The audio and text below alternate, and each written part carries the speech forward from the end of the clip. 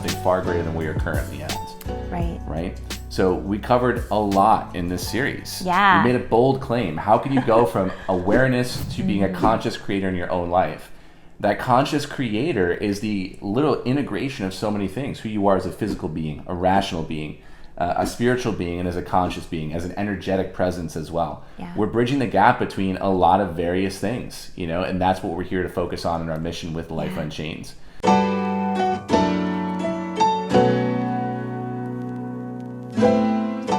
Hey everyone, welcome back to the Life Unchained show. I'm your co-host Danielle Laura here with Chris Delaney. If you're new to our channel, go ahead and hit subscribe to make sure you never miss a video. Today we are talking about part 4 of our series of becoming a conscious creator of your life. If you don't know what I'm talking about and you haven't seen our other previous episodes, go ahead and watch those so that you will be caught up to what we're talking about today.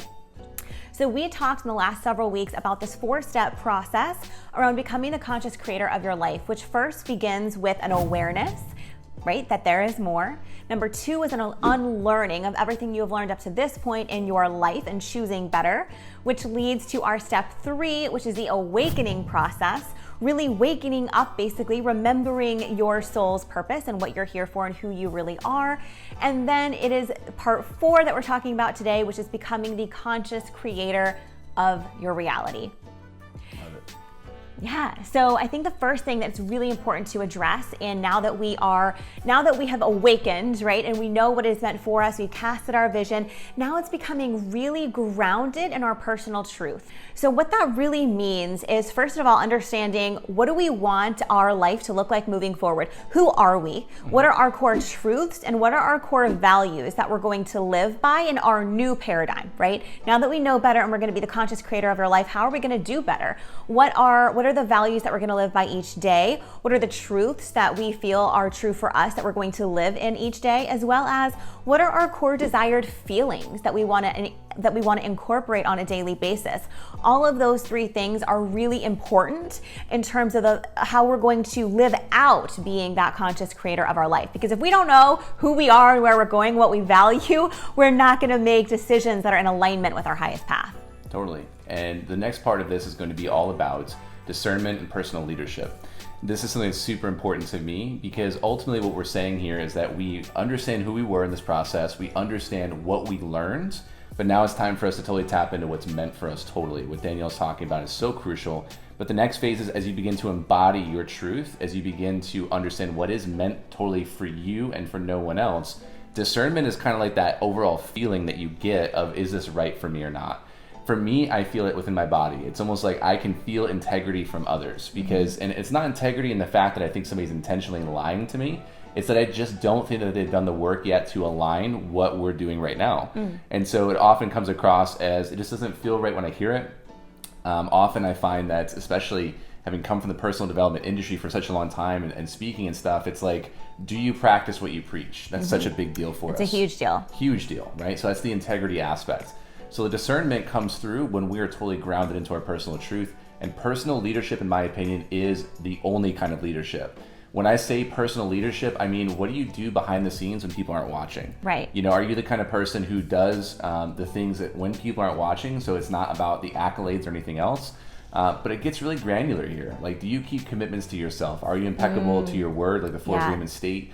But more importantly, are you willing to be authentic and understanding that we're going to mess up? Right? We all mess up, and we should mess up because we're also human beings. We're not talking about perfection, but we're balancing between that drive of our own personal standard and also the idea of embracing what is and allowing the lessons to occur. So that to me is why discernment and personal leadership is so crucial. If we don't give that to ourselves, we can't give it to others. And so ask yourself, if we were following you around throughout the day and you didn't know about it, would you be willing to allow your life to be exposed?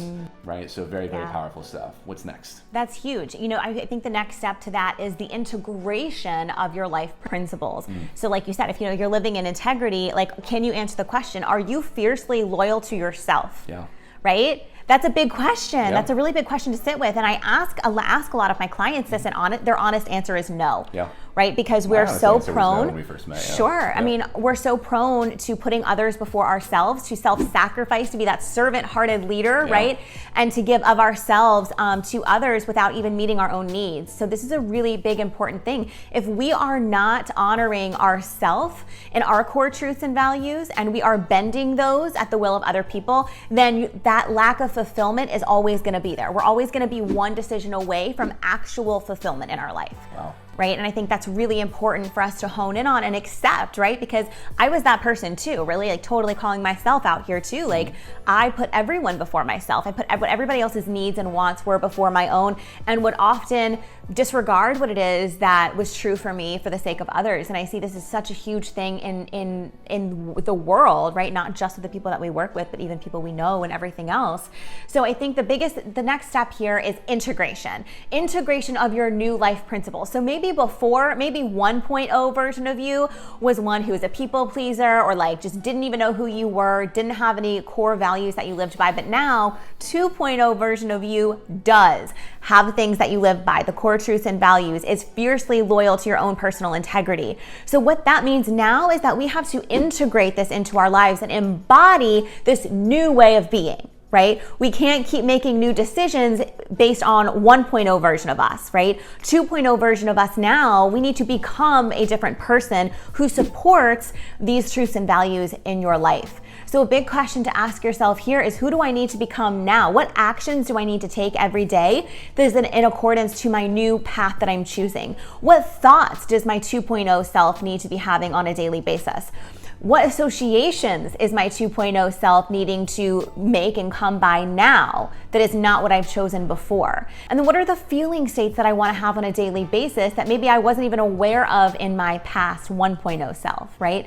So it's coming into the integration and embodiment of actually being this in the world. Now that you've chosen better, you must be better, right? And actually do that in your life. So that is the next really important step. Yeah, and I think if we're talking about becoming a conscious creator, this is such a big claim, a big promise.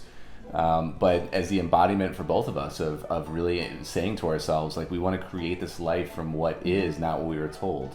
And so if you're in that phase of asking yourself if I'm going to consciously create, when we're talking about your life principles, we're developing bite-sized chunks of the content, but realize this is not like an easy tomorrow or in an hour kind of thing. Integration is something that doesn't get talked about in a lot of courses, a lot of programs, because integration takes time, you know, and we talked a lot about this in the learning phase of habituation and things like that. But the last one I want to talk about really quickly is one of my favorite things. When I talk to somebody and they ask me as a client, they say, Chris, what do you do?